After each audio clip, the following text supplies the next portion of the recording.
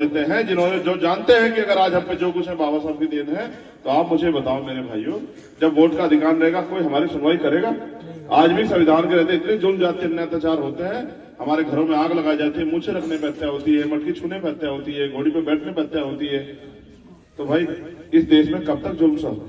मैंने तो आपको संघर्ष करके लड़ने के लिए तैयार किया है और आपसे भी मैं अपील कर रहा हूं, ये जो 3 दिन पहले दिल्ली में हुआ ये एकमात्र झांकी है। अगर आपने अपनी मजबूत आवाज नहीं बनाई, जैसे काशीराम साहब कहते थे, जिनका दल नहीं होता उनमें बल नहीं होता, जिनके पास बल नहीं होता उनकी समस्याओं का हल नहीं होता, जिनका नेता नहीं होता उनकी बात कोई नहीं कहता। जब तक आप मजबूत आवाज नहीं बनाओगे, आज भी एमपी एमएलए तो हैं, आपने पिछली बार जिसको एमपी बनाया था 5 साल देखा आपने सदन में बोलते हुए? कभी आपकी गली में आप पूछने, कभी पूछने आओ कि घर में किसी को रोटी की परेशानी है, किसी को बच्चे को तकलीफ है, स्कूल की शादी की कोई परेशानी का कोई पूछने आया? आप बताओ तो आपने वोट क्यों दी थी उसको? इसलिए कि वो वोट लेके एमपी बन के पेंशन ले, नौकर और तनख्वाह ले। आपको क्या मिला? आप बताओ। कुछ नहीं। तो आप ऐसे ही नेता चाहते हैं तो मैं क्या करूं?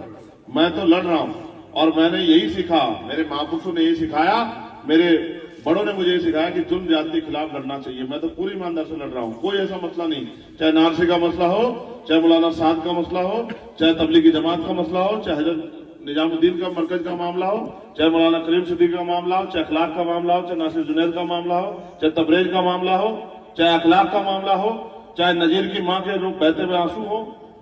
मैंने तो हर मौके पे आपकी लड़ाई को अपनी लड़ाई समझ के मजबूत करने का काम किया। मैं तो आपसे मदद मांगने के लिए आया, क्योंकि आज आपके हाथ में ताकत है। मैं सड़कों पे रहता हूं, सड़कों पे लड़ता हूं, आगे भी लड़ता रहूंगा। अगर आप चाहते हो कि कोई ऐसा खड़ा हो जाए जो आपकी हर कमजोर मजलूम की आवाज को मजबूती से उठा के हक हकूक के लिए लड़ाई लड़े और जुल्म होने पर जालिम का डट के सामना करे, तो फिर अपनी वोट से इत्तेहाद करो। फिर आप मुझे ताकत दो कि मैं लड़ाई को सड़क से उठा के संसद तक लेकर जा सकूं। और अगर आपने फैसला कर लिया, फिर कोई ऐसा नहीं जो संविधान को खतरा पैदा कर दे।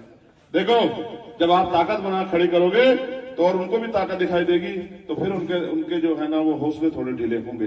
कमजोर ताकतों में कभी समझौता नहीं होता।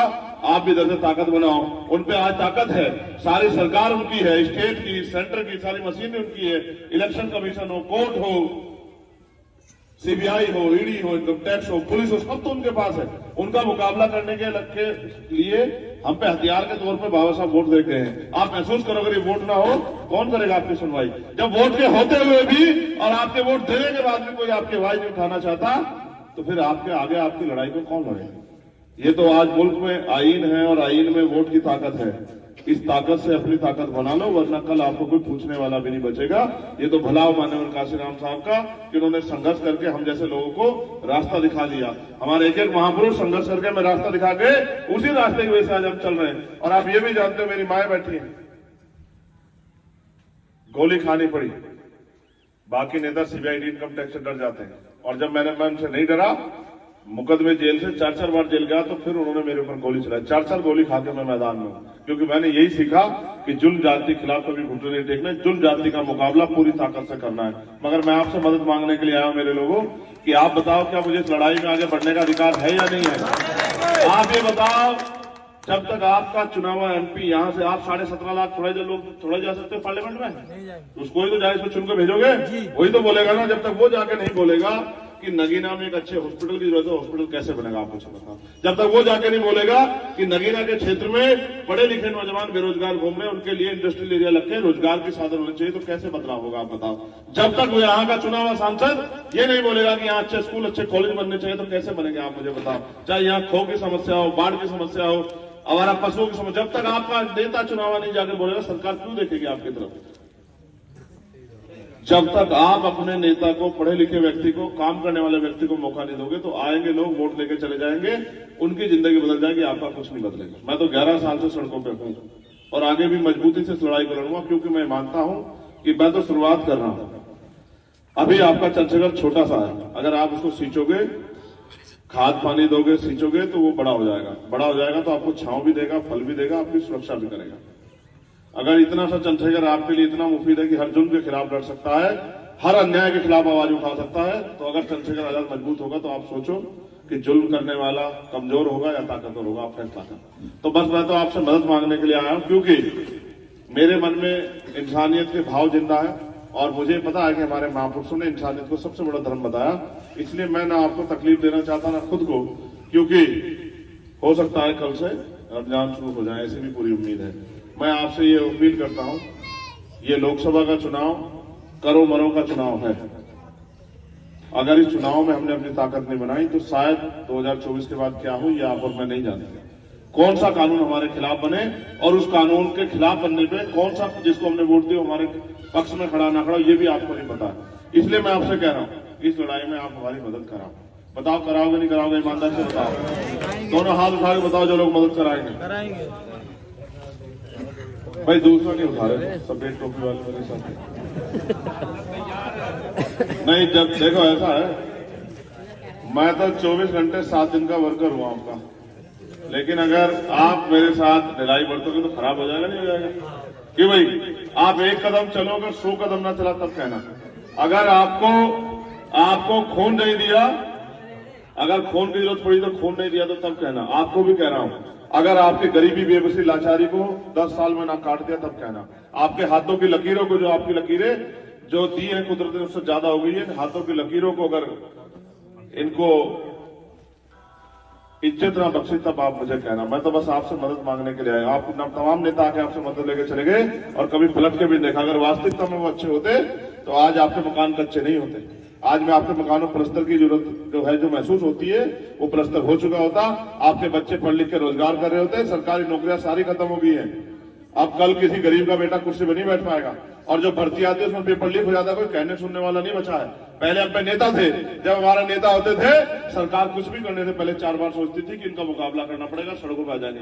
आज तो नेता सीबीआई का एक नोटिस आता है घर में घुस जाता है, ईडी का एक नोटिस आता है भाजपा ज्वाइन कर लेता है, एक मुकदमा जेल हो जाए तो जेल के डर से वो जय जयकार करता फिरता है। और फिर मीडिया और तमाम तरह के इंस्टीट्यूशन सब सरकार के घुटने टेक चुके हैं। मैं तो आपसे मदद मांगने आया कि लड़ाई में आप मेरी मदद कराओ। और लोकतंत्र में मदद कराने का तरीका यही है कि आप वोट से ताकत दो। और हमारा निशान क्या है वोट की ताकत देने के लिए? बताओ, केतली। जोर से बताओ क्या है? अभी तो रोजे भी नहीं लगे तुम्हें। क्या है हमारा निशान? बताओ, आप बताओ हमारा निशान क्या है? केतली को वोट दोगे नहीं दोगे? ईमानदार से बताओ। ऐसा तो नहीं कोई 1000-2000 रुपए दिखा देगा उसकी बातों में तो नहीं आ जाओगे? पक्का सोच लो। गरीबी बेबसी खत्म करनी नहीं करनी है? अपने बच्चों के बारे में सोचना है। इज्जत मान सम्मान जिंदगी चाहिए नहीं चाहिए? जुल्म जाति खत्म करनी है नहीं करनी है? इस देश में तरक्की और रोज रोज जो ये बताना पड़ता है कि हम इस मुल्क से कितना प्यार करते हैं, इस बाबत पे पाबंदी चाहिए नहीं चाहिए? बताओ। तो फिर आप अपनी मजबूत आवाज तैयार करो। भाई इसको खोलना जाओ, भाई खोलना, रुक जाओ, इनसे खुलवाए, खोलना साहब, इसको खोल दो। हाँ इसमें कुछ है नहीं? बताओ, है ना? हाँ इधर देखो जल्दी से। हाँ भाई पीछे हो जाओ जल्दी। क्या लिखा है बताओ? हाँ जल्दी बताओ क्या लिखा है? देखो जल्दी आप भी सब लोग। एक वोट एक नोट। हाँ मैं आपसे अपील करूंगा, जिनसे मुकाबला है वो बहुत पैसे वाले लोग हैं, बहुत साधन उनके पास है, मीडिया उनकी है, सरकार उनकी, सब कुछ उनका है। और मैं 24 घंटे 7 दिन यही काम करता हूं। मेरा गला इसलिए सीबीआई इनकम टैक्स नहीं पकड़ सकती क्योंकि ना मैं कोई व्यापार करता, ना मेरा कोई उद्योग है, ना मैं नौकरी करता। मैं आपसे अपील करता हूं उनका मुकाबला करने के लिए। साहब कहते जो सहारा देगा इशारा देगा, मुझे आपसे मदद की भी जरूरत है।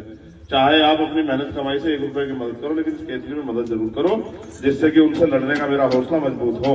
और आपका एक एक पैसा मुझे बहुत ताकत देगा उनसे लड़ने की। इसलिए मैं आपसे अपील करूंगा, पहली अपील ये कि आप इसमें मदद करो। दूसरी अपील ये, आपकी जेबों में फोन है या नहीं है? फोन देखो, चेक करना कोई चोरी तो नहीं हो गया है? इन फोनों का भी प्रयोग करो।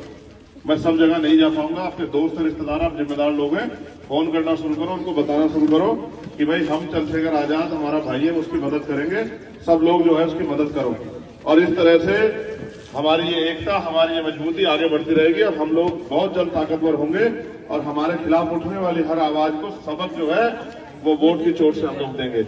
आप सब लोगों में शुक्रिया अदा करता हूं, लेकिन मैं आपसे भी कहता हूं मेहनत करनी पड़ेगी। मेहनत आपसे कह रहा हूं माओ बहनों को। कब तक गरीबी में जीते रहोगे? अमीर का कुत्ता भी घी खाता है, अमीर का कुत्ता भी बड़ी बड़ी गाड़ियों में घूमता है। आपको कोई पूछता है चुनाव से, ओए मेरा भाई केतली कौन? 500 के नोट के साथ प्रधान जी की तरफ से?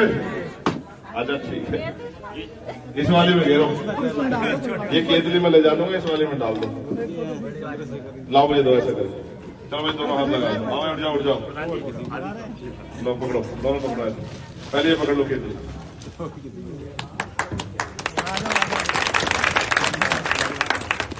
लाओ दे दो तस्वीर लाओ भाई